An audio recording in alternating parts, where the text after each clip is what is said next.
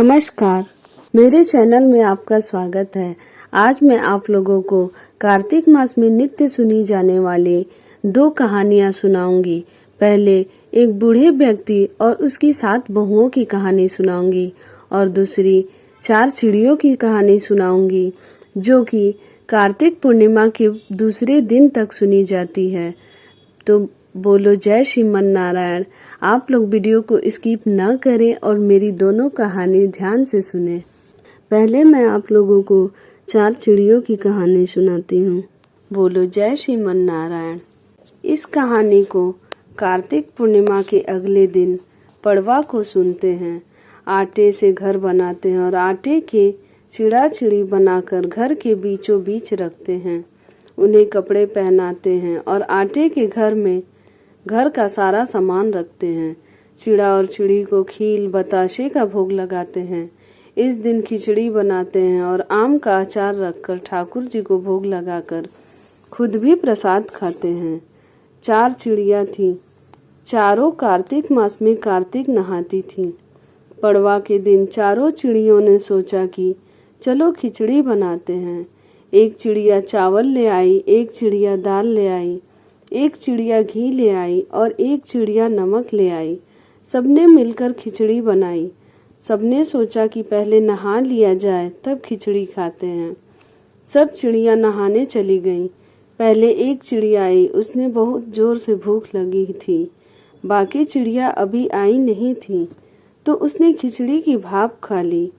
दूसरी चिड़िया आई तो उसने पानी पी लिया। तीसरी चिड़िया ने खिचड़ी खा ली।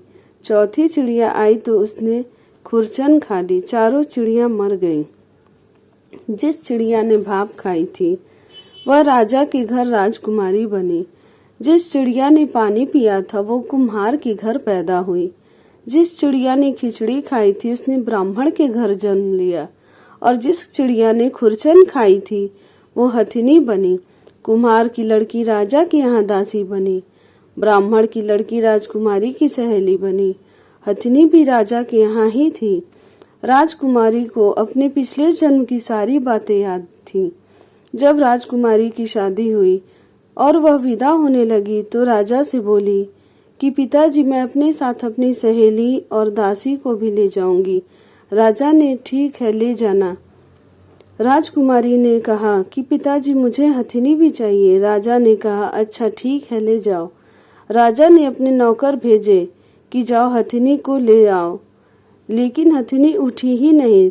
तब राजकुमारी खुद उसके पास गई और उसके कान में पिछले जन्म की बात कही, जिसे सुनकर हथिनी तुरंत उठ गई। राजकुमारी यह सब कुछ देख रहा था। उसने कहा कि तुम कौन हो और हथिनी के कान में क्या कहा, जिसको सुनकर हथिनी खड़ी हो गई। राजकुमारी ने कोई जवाब नहीं दिया।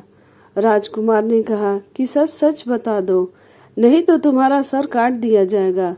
तब राजकुमारी ने राजकुमार को पिछले जन्म की सारी बातें बता दी।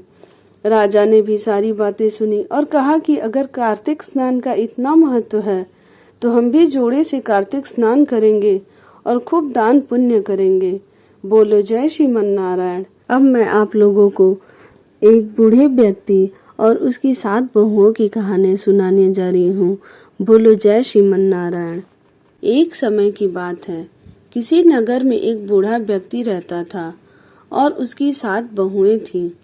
एक बार कार्तिक का महीना आया और उसने अपने बहुओं से कहा कि मैं कार्तिक का स्नान करूंगा, क्या तुम इसे निभा दोगी? 7 में से 6 बहुओं ने मना कर दिया, लेकिन बड़ी बहू ने कहा कि मैं निभा दूंगी। बूढ़ा हर रोज सुबह उठता और नदी पर स्नान कर घर आता। गीली धोती को वह बड़ी बहू के आंगन में सुखा देता।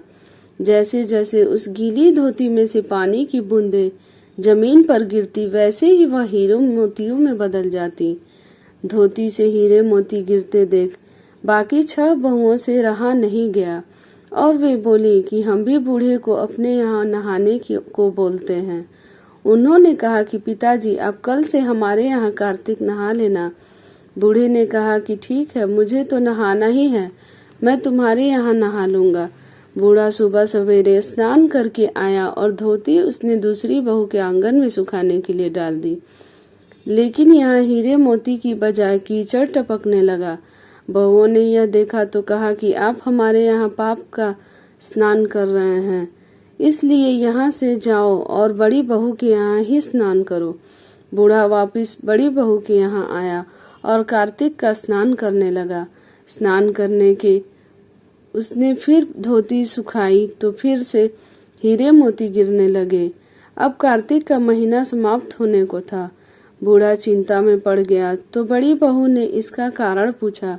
उसने कहा कि कार्तिक स्नान समाप्त होने को है और मेरा मन है कि मैं सारे परिवार को एक दिन खाने का न्योता दूं। बड़ी बहू ने कहा कि पिताजी, इसमें चिंता की क्या बात है, आप सभी को बुला लो, मैं खाना बना दूंगी। बूढ़ा सभी को निमंत्रण देने गया तो बाकी बहुओं ने कहा कि जब तक यह घर पर रहेगी हम खाने पर नहीं आएंगे। बूढ़ा फिर से चिंता में घिर गया कि ऐसे कैसे होगा कि और सूखने लगा। बूढ़े को सूखते देख बड़ी बहू ने कहा, पिताजी अब आपको क्या चिंता है। बूढ़े ने बाकी 6 बहुओं वाली बात बड़ी बहू को बता दी, जिसे सुनकर वह बोली कि पिताजी ठीक है, मैं खाना बनाकर रख जाऊंगी। और उसने वैसा ही किया, खाना बनाकर रख दिया और अपने लिए 4 रोटी निकाल कर खेत पर चली गई। इधर 6 बहुओं ने खाना खा लिया, लेकिन जाने से पहले बाकी बचे खाने में कंकड़ पत्थर डाल गई कि बड़ी बहू आएगी तो परेशान होगी। इधर खेत में बैठकर बड़ी बहू कहने लगी कि राम जी की चिड़िया, राम जी का खेत, चुग लो चिड़िया भर भर पेट। मेरे ससुर ने घर में जगह दी है और मैंने खेत में चिड़िया को बाजरा डाल वह घर आ गई।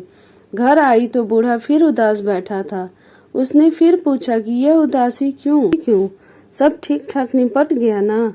वह बोला कि हाँ, सब ठीक निपट गया, लेकिन वह तेरी देवरानियां बाकी बचे खाने में कंकड़ पत्थर व मिट्टी डाल गई।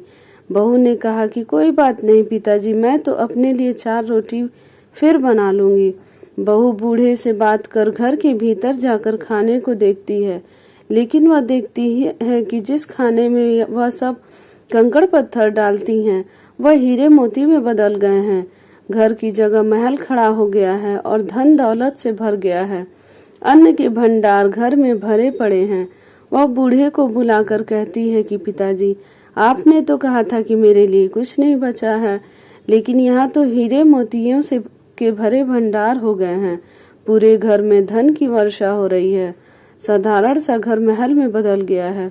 बूढ़ा सब चीजें देखकर बोला कि बेटी, तुमने सच्चे मन से कार्तिक स्नान सच्चे मन से निभाया है, इसलिए बाकी बहुओं ने पापी मन से इसे निभाया।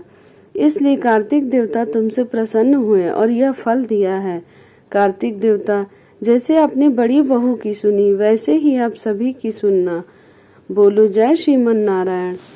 अगर आपको मेरी यह दोनों कथाएं अच्छी लगी हों तो मेरे चैनल को लाइक करें, सब्सक्राइब करें, शेयर करें और कमेंट में जय श्रीमन नारायण जरूर लिखें।